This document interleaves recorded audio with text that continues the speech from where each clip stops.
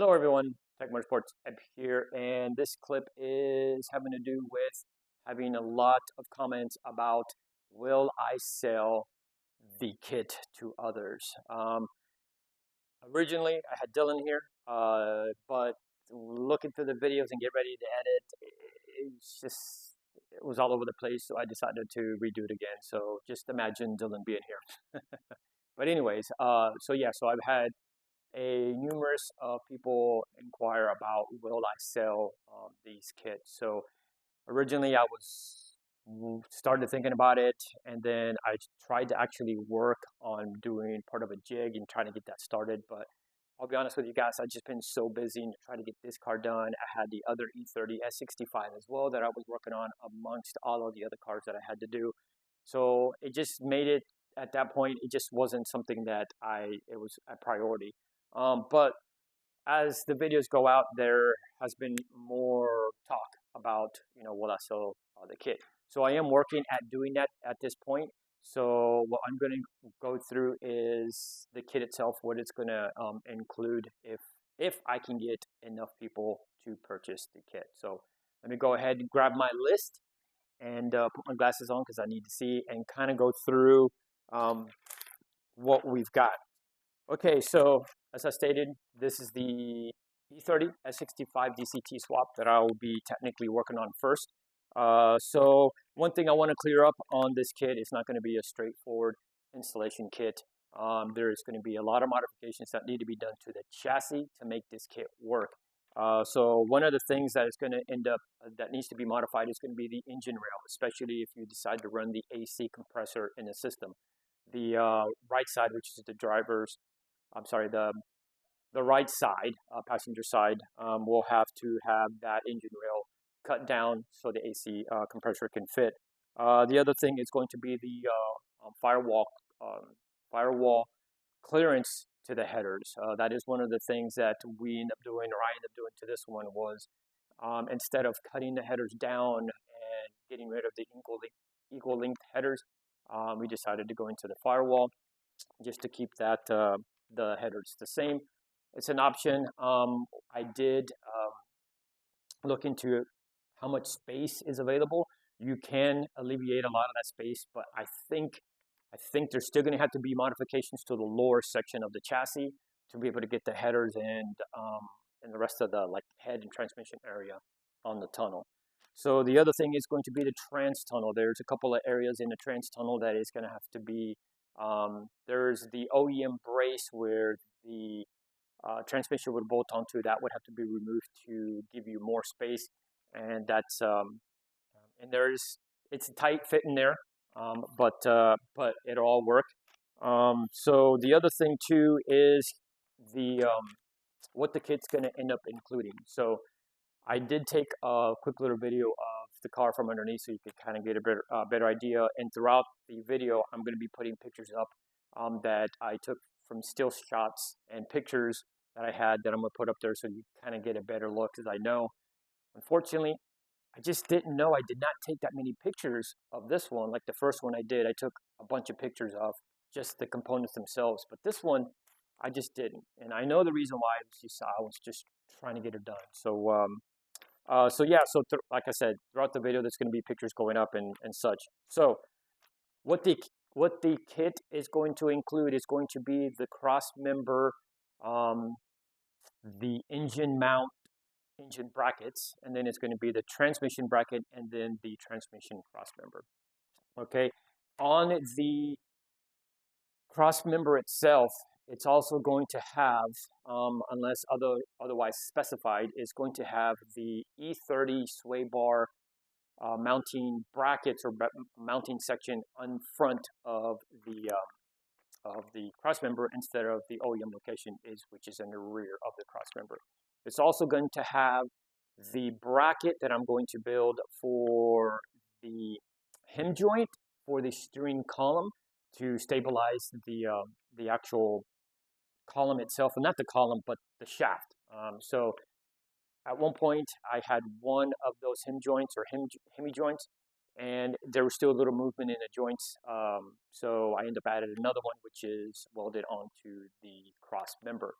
Also, what I ended up doing to both E30s, where I added an additional bracket on the cross member to bolt it to the side of the engine rail. Those will be done. I will have it that way. You just have to drill a hole into the chassis and be able to weld the nut into the place so that way it distributes more of the weight.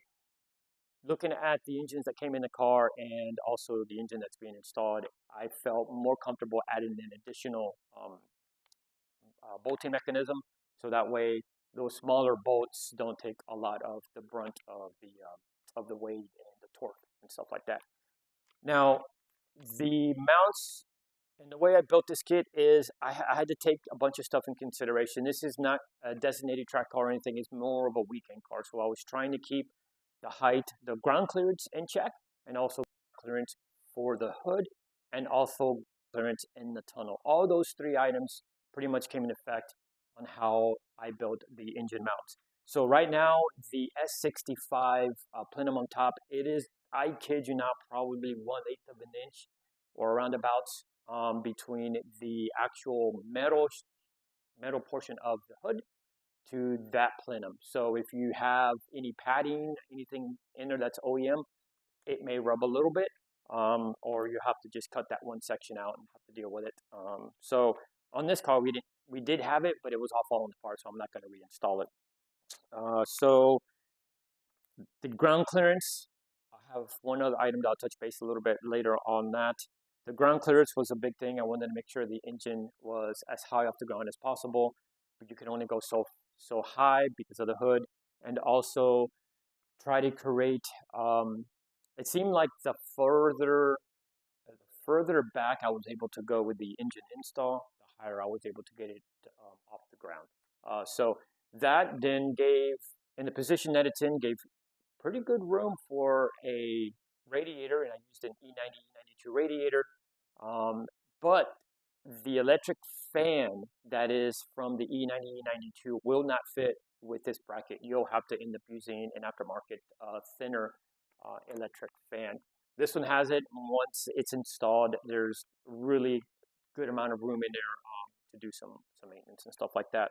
What I end up doing too is created a skid plate for the car itself for this one. Now with the skid plate, what I end up doing is I actually had a buddy come in and 3D scanned it for me. And at one point I wasn't really thinking of the mount kits or anything at that point because we were running out of time, because the skid plate is made out of aluminum and it was reflecting a lot of light. So it took a lot longer time to scan it.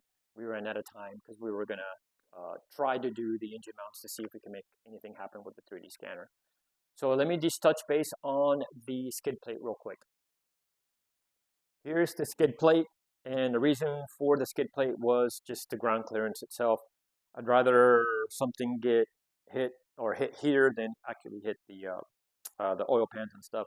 So I had, as I stated before, I did have this 3D scanned. I will have to build another one of these for the other E30, and it's going to be really close to how this is mocked up. So I just wanted to get that done, and it came out great. Now all of these brackets here are handmade, so we end up just drilling them out and using a file to get it in there. And this is where I was kind of hoping by doing a 3D scan I could clean those up a little bit better and have all these cut on the machine, and then I could just weld them into place. So with the skid plate, instead of having a really sharp edge, I end up having an aluminum tube. It's not 100% straight for the most part, but it looks really well better than just having a sharper edge. So the skid plate also has the hose drilled out for draining the oil. And this one, the way I end up doing is I have a quick release system that is going to be, can be part of the kit if I do decide and if I have enough interest in this as well. So this is probably another item that Dylan and I kind of thought about, as in maybe we could just throw this in if anybody's interested. Okay, so as of right now, it's up to you guys. In the comments, please put down if you're interested, okay? As I stated before, this is the DCT one. Once I can get things rolling, get this car done, I do have the other E30 that's going to be coming back, and that is the manual swap. I will then be able to put one of these kits that I have the engine mount section and the crossmember made, and then I could work on making a transmission one, so that way I'll have one for the DCT and the manual transmission. So yeah, again, I need interest. I need to know I'm not just going to build one or two and call it a day. There's just, unfortunately, the time to take to build this and through all this, I need to have more. So whoever if you know anybody that's interested or think they might be interested in this, I kind of need to know. I I don't see me doing this. At least I think I need to have at least the minimum of 5 people that are interested in this kit for it to be worth Dylan and I's while to make all this. So if I only have 2, maybe 3 or 4 people, I don't think I'm going to be putting this out. So to whoever you know that may want it, or maybe post this on the other forums, I'm going to try to post this link and do a quick clip on some of the forums that I'm already on as well. Let me know in the comments. As always, guys, hit that like button, hit the subscribe button, and see you in the next video.